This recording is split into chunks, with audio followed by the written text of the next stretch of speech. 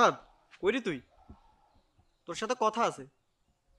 আচ্ছা শোন, গত বছর 16 ডিসেম্বর আমরা যেভাবে পালন করছি, মনে করো জমে না। তবে এইবার যেমনে হোক জমাইতে হইব, কারণ আর কিছুদিন পরে তো 16 ডিসেম্বর। হ্যাঁ, এখন দরকার পড়লে আজকে তুই চলিস সমুনি, ভালো থেকে মাইকার বক্স লইয়েন। গত বছর যেভাবে আয়োজন করছি বিরিয়ানি টিরিয়ানি খানার, ওগুলো এমন ভালো হয় নাই। তাছাড়া মনে করো এবার গতবার থেকে এবার ভালো ভালো লোক আসবো, দামি দামি লোক, নেতা মেতা, বুঝছিস নি? গতবার ব্রয়লার মুরগি দিয়ে বিরিয়ানি ফাঁকে খাওয়ায় অবস্থা খারাপ হয়ে গেছে, মান সম্মান তো কিছু রয় না। তবে এবার গত বছরের মতন করলে হইতো না। এবার 16 ডিসেম্বরকে আমরা মাথা হালাই।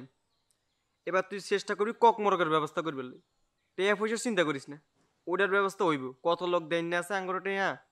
হুন, 16 ডিসেম্বর 12টার পদ্ধতি ডিজে গান সব হবে। আরে ভাই, আপনি কোনো চিন্তাই করেন না, সময় মতো সবকিছু হয়ে যাইব। ভাই, এবার কি ওইটার ব্যবস্থা আসেনি? ওইটার ব্যবস্থাও রাখছি। আরে ভাই কি কোন, সত্যি?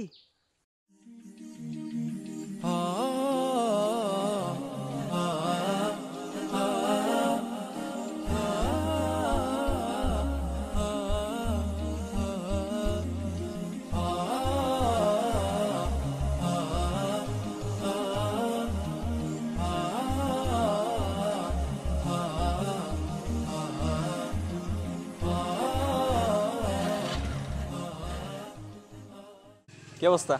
আছি আলহামদুলিল্লাহ ভালো। এখন কালকে আসবি না? কালকে ঠিক আছে, পার্টি করবি, কিন্তু আমি থাকতে পারছি না। দেখ ভাই, কতটা আয়োজন করছি, সেখানে অনেক অনেক লোকজন আসবে, এলাকার মনে কর দেশ মানে অনেক বড় বড় নেতারা আসবে। আবার বিশাল আয়োজনও করছি, যেমন ধরো ডিজে গান, হিন্দি গান। ওয়েট ওয়েট ওয়েট, বিজয় দিবসের দিন হিন্দি গান? আসলে আমি ব্যাপারটা বুঝতে পারলাম না। 1971 সালে এই দেশের মানুষকে মুক্তি দেওয়ার জন্য, ভাষার জন্য এতগুলো মানুষ রক্ত দিল, প্রাণ দিল, এত ত্যাগ স্বীকার করলো, কত লক্ষ লক্ষ মা বোন তাদের সম্মান হারালো ভাষার জন্য। আর আমরা বাঙালি জাতি কিনা সেই বিজয় দিবসের দিন হিন্দি গানের আয়োজন করি। এটা আমাদের জাতির জন্য, বাঙালি জাতির জন্য কলঙ্কের বিষয়। আচ্ছা, তাহলে এখন আমাদের এখানে করণীয় কি? আমাদের অনেক কিছু করণীয় আছে। যেমন আমরা বিজয় দিবস উপলক্ষে যে মানুষগুলো 1971 সালে প্রাণ হারিয়েছে ভাষার জন্যে, তাদের জন্য দোয়া করতে পারি। আল্লাহ রাসূল সাল্লাল্লাহু আলাইহি সাল্লাম যখন মক্কা বিজয় করেছেন, তখন তিনি উদযাপন করেছেন নামাজের মাধ্যমে। এই জন্য আমাদের সর্বোত্তম হচ্ছে এইসব বিষয়গুলো, এই গান বাজনা, তারপরে এইসব পার্টি বিজয় দিবস উপলক্ষে এগুলো না করে তাদের আত্মার মাগফিরাতের জন্য শুধুমাত্র আমরা দোয়া করব। আর সকল কাজ আমরা বিরত রেখে তাদের জন্য দোয়া করব। হয়তো এই দোয়ার উসিলা আল্লাহ পাক তাদেরকে মাফ করে জান্নাত দিতে পারে।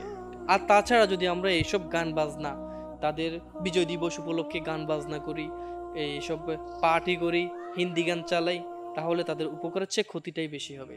যারা স্বাধীন করেছে এ দেশ, আমাদের উপকার করেছে, আর আমরা তাদের ক্ষতি করছি। এটা কি নৈতিক কোনো বিষয়? অবশ্যই নৈতিক বিষয় না। আমরা এগুলো ফরিয়ার করবো ইনশাআল্লাহ। তুই কি বলিস? ঠিক আছে, যেহেতু বলছিস আমিও দেখি কি করা যায়, তবে চেষ্টা করবো ইনশাল্লাহ। ঠিক আছে, যাই আমি। হ্যাঁ ঠিক আছে, তাহলে আল্লাহ হাফেজ, দেখা হবে আবার। ঠিকই তো বলছে, এই যে এগুলো করতেছে এগুলো তো ঠিক না, এগুলো ইসলামিক দৃষ্টিতে তো হারাম। তাছাড়া বড় কথা হচ্ছে মাতৃভাষা দিবস। আমরা মাতৃভাষার জন্য যুদ্ধ করে অনেক ত্যাগ তিতিক্ষা এবং শহীদের রক্ত ক্ষয়ে এই মাতৃভাষাটা আসছে, সেখানে কিনা হিন্দি গান চালামু, ফাটি দিমু, না, ব্যাপারটা আমার থেকেও ঠিক লাগতেছে না। এখন থেকে আর এগুলো করা যাবে না। এখন থেকে আমার করণীয় থাকবে শহীদদের জন্য দোয়া করা, যাতে আল্লাহ তাআলা তাদেরকে জীবনের গুণাগুলো মাফ করে তাদের জান্নাতবাসী করে, কবরে শান্তি পোষায়, তাদের মাগফিরাতের জন্য দোয়া করতে হবে। না, আগে যা করার করছি, এখন আর এগুলো করবো না। আরেকটা কথা, আপনারাও এসব কাজে লিপ্ত হবেন না।